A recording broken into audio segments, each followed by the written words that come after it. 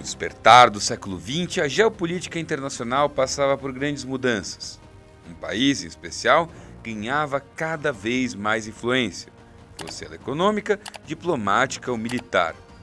Os Estados Unidos da América, país que até os dias de hoje exerce grande influência mundial, especialmente no continente americano.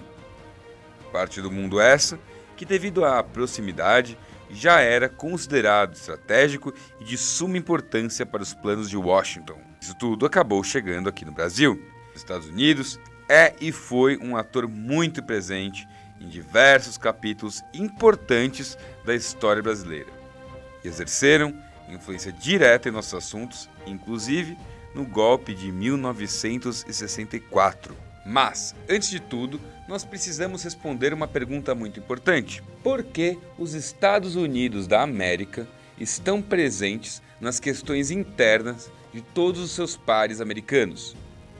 Bom, para entendermos a força dos Estados Unidos da América neste continente, precisamos voltar um pouco no tempo, ao já distante ano de 1823. O presidente norte-americano James Monroe, aproveitando a onda de independência na América Latina e a saída cada vez mais acentuada de potências europeias do continente americano, começa com a chamada Doutrina Monroe. A Doutrina Monroe, em linhas gerais, consistia em um esforço para a diminuição da influência europeia no continente americano, com a proibição de novas colônias e a não intervenção em assuntos internos dos países americanos. Em contrapartida, trazia o comprometimento de que os Estados Unidos não se intrometeriam em assuntos europeus. Só que, na prática e com o passar dos anos, até o início do século XX, ficou claro que as intenções da doutrina Monroe exigiam os profundos interesses econômicos e políticos dos Estados Unidos da América para com seus pares mais fracos aqui da região. Basicamente, o que eles estavam fazendo era se aproveitar de um vácuo de poder. E o resultado seria simples: Estados Unidos subiriam ao trono de potência hegemônica do continente, e tudo aquilo que fosse contra os seus interesses seria suprimido. Isso já fica muito claro na década de 10 do século XX. O tal do Big Stick começou a ser aplicado durante o governo de ninguém menos do que Theodore Roosevelt. A partir deste momento, os Estados Unidos da América passaram a exercer o papel de potência hegemônica aqui no continente. E eu nem preciso te dizer que a condução dos negócios dessa grande potência tinha áreas de política imperial para com as Américas. Ou seja, foi nessa época que começaram a acontecer as grandes obras da América Latina financiadas pelos Estados Unidos. Um exemplo muito bom e enigmático disso é o Canal do Panamá. Muito bem, passaram 2 guerras mundiais e a hegemonia americana continuava voando inquestionável. Isto é, até o ano de 1959, quando um grupo de jovens militares revolucionários, liderados pelo argentino Ernesto Guevara e o cubano Fidel Castro, lideraram um movimento que ficou conhecido como Revolução Cubana.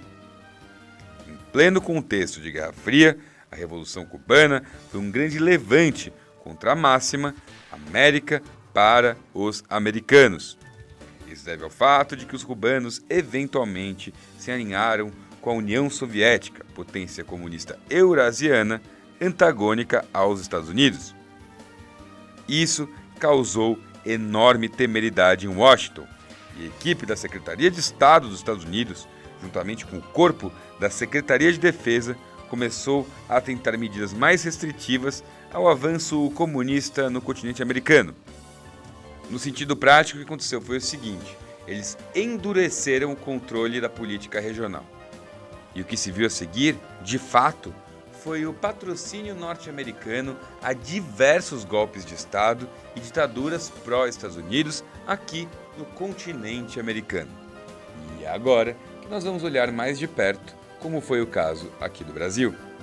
Começa a década de 60 com a interessante chapa vencedora na presidência do Brasil, Jânio Quadros com vice Jango.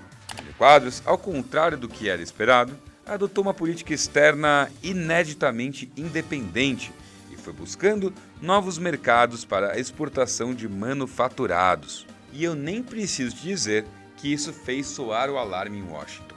Foi naquele ano de 1961 que Kennedy apresentou um plano polêmico e não menos histórico, chamado Aliança para o Progresso. Este imaginavam ser um plano Marshall para a América do Sul, virando oficialmente um programa de cooperação econômica entre os Estados Unidos e os outros países da América. Mas era, entre outras coisas, um vasto plano de controle, duramente criticado por lideranças brasileiras como a de Leonel Brizola. Ele argumentava que o programa seria um financiamento americano para políticos alinhados com Washington e restritiva aos políticos de apelo popular. O fato é que, após 7 meses da posse, Quadros renunciou à presidência.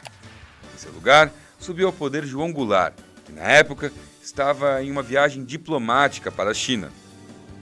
A Aliança para o Progresso se mostrou uma arma impeditiva poderosa contra a presidência de João Goulart.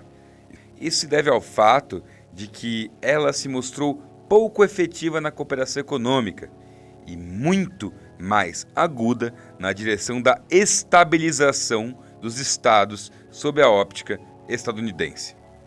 Muito bem, logo de cara, visando a estabilização, políticos beneficiados pela Aliança para o Progresso se articularam para a retirada de poder de Jango.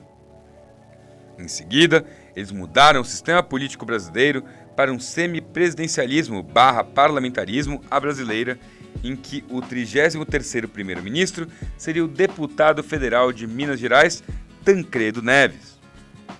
Mas, mesmo com toda essa manobra para minar o novo governo, que já causava aí calafrios em Washington e no seu corpo diplomático, ainda falta entrar um personagem crucial e pouco falado.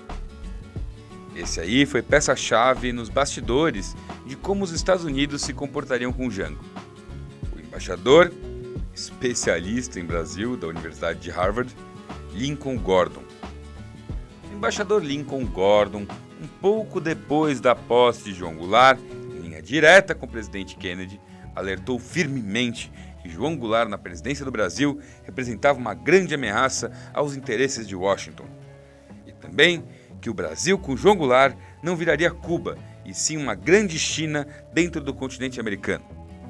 Pois bem, inicialmente, no ano de 1962, o presidente dos Estados Unidos recebeu o seu par brasileiro em Washington, e o clima, de início pelo menos, parecia ser de amistosidade. Incrível que pareça, naquele momento houve uma diminuição real das tensões, visto que Kennedy simpatizou com seu colega brasileiro. Mas a desconfiança voltou e chegaria ao seu ápice quando Jango articulou uma campanha pelo retorno do presidencialismo. Um esforço bem-sucedido, visto que em janeiro de 63, Jango teve seus poderes restituídos. Nesse mesmo ano, Kennedy de fato considerou uma invasão militar clássica, uma aplicação prática da política do Big Stick. O embaixador Gordon aumentava o tom e acreditava que o Brasil estaria flertando com o comunismo e, por essa razão, atrapalhando a hegemonia estadunidense dentro das Américas. Mas muito bem, pouco tempo depois, o presidente Kennedy foi brutalmente assassinado em Dallas, no Texas. E, a partir daí, todas as cartas se reembaralharam. Em seu lugar, subiu ao poder um velho político do Texas, um bulldog com longa carreira no serviço público chamado Lyndon B. Johnson. Ele era um sujeito bem mais linha dura e com menos jogo de cintura do que Kennedy. O presidente Johnson assumiu os Estados Unidos em um momento delicado da América Latina, com diversos problemas de estabilidade, em especial países sul-americanos como Argentina, Brasil e Bolívia, ao longo de 63 e de 64. Lyndon Johnson e os seus assessores, capitaneados pelo embaixador Lincoln Gordon, com a anuência do então secretário de Estado Dean Rusk e o chefe de defesa Robert McNamara, ambos figuras históricas da Guerra Fria e teóricos da Guerra do Vietnã, se articularam para apresentar uma alternativa de poder dentro do contexto brasileiro. Muito bem, dentro desta realidade brasileira, Jango era um líder trabalhista proeminente, cada vez mais próximo aos sindicatos e ideias antagônicas à ideologia norte-americana, como, por exemplo, a reforma agrária. A guinada no discurso de Jango causava inquietudes, dentro dos quartéis brasileiros, quanto dentro da chefia de Estado norte-americano. E o que se viu a seguir foi um plano muito bem arquitetado e sólido para a remoção de João Goulart de suas funções. Um plano que, diga-se de passagem, foi generosamente documentado e hoje temos disponibilizado pelo próprio governo dos Estados Unidos. Mas muito bem, agora chegou a hora de conhecermos outra figura importante nessa história. Um tenente-general norte-americano chamado Vernon Waters. Vernon Waters, ex-combatente da Segunda Guerra Mundial e adido militar dos Estados Unidos para o Brasil, se tornou uma figura-chave para entender a complexa trama. Bom, Waters tinha um amigo, militar brasileiro, um sujeito que havia conhecido ainda na Segunda Guerra. Esse militar era ninguém mais, ninguém menos do que o Marechal Humberto de Alencar Castelo Branco. Mas muito bem, finalmente chegamos ao fatídico mês de março de 64. No dia 13, ocorreu um discurso histórico de Jango na Central do Brasil. E foi aí que a permanência de Jango na presidência se tornou insustentável tanto para o alto comando militar aqui do Brasil, quanto para o alto escalão do governo norte-americano. E a articulação que veio a seguir foi a seguinte: articularam planos concretos visando a derrubada do regime vigente no Brasil. No final daquele mês, os quartéis se mobilizaram para a queda de João Goulart, enquanto contavam com amplo apoio dos Estados Unidos. Porém, dentro do mesmo corpo militar, haviam legalistas que eram contra a queda do governo de Goulart, e havia um risco silencioso de uma eclosão de um conflito pesado entre os legalistas, principalmente de São Paulo e do Rio de Janeiro, e o grupo liderado por Castelo Branco, que queriam a deposição imediata. Dentro desse conflito interno, entra com força a influência norte-americana. Segundo documentos oficiais, os Estados Unidos acabaram por conspirar em duas operações decisivas simultâneas para o golpe. A primeira ficou conhecida como Operação Popeye, que foram ações patrocinadas pelos Estados Unidos dentro do estado de Minas Gerais em suporte à derrubada do regime. Minas Gerais ainda tinha uma boa concentração de tropas legalistas que faziam o antagonismo à posição conspiracionista. O governador de Minas Gerais, Magalhães Pinto, um dos políticos mais beneficiados pela Aliança pelo Progresso, facilitou a execução. Outra operação, essa talvez até mais importante, foi a Operação Brother Sam. Ela foi autorizada diretamente pela Casa Branca e comandada por Lincoln Gordon na parte civil e Vernon Waters na parte militar.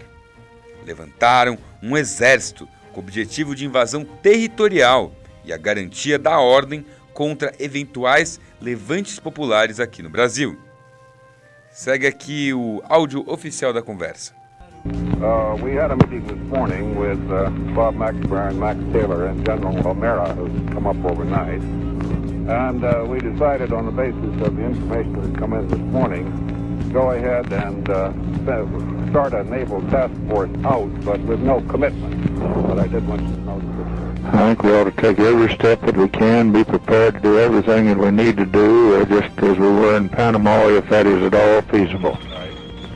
But we're canvassing all the possibilities to make sure we're not. I'd put everybody that had any imagination or ingenuity in the Gordon's outfit, or McCones, or Yawls, or McNamara's, and we just can't take this one, and I'd get right on top of it and stick my neck out a little.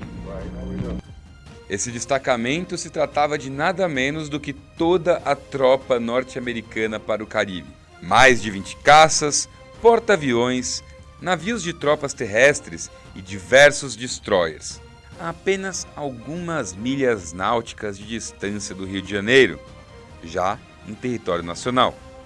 Resumindo, era um corpo militar sólido, pronto para uma guerra aberta de diversos dias, com o objetivo claro de troca do regime. O que veio a seguir todos nós sabemos. Os grupos de Humberto de Alencar Castelo Branco, com forte apoio americano, tomaram o país em nome da democracia e o transformaram em uma ditadura militar violenta que manteve seu poder por mais de 20 anos.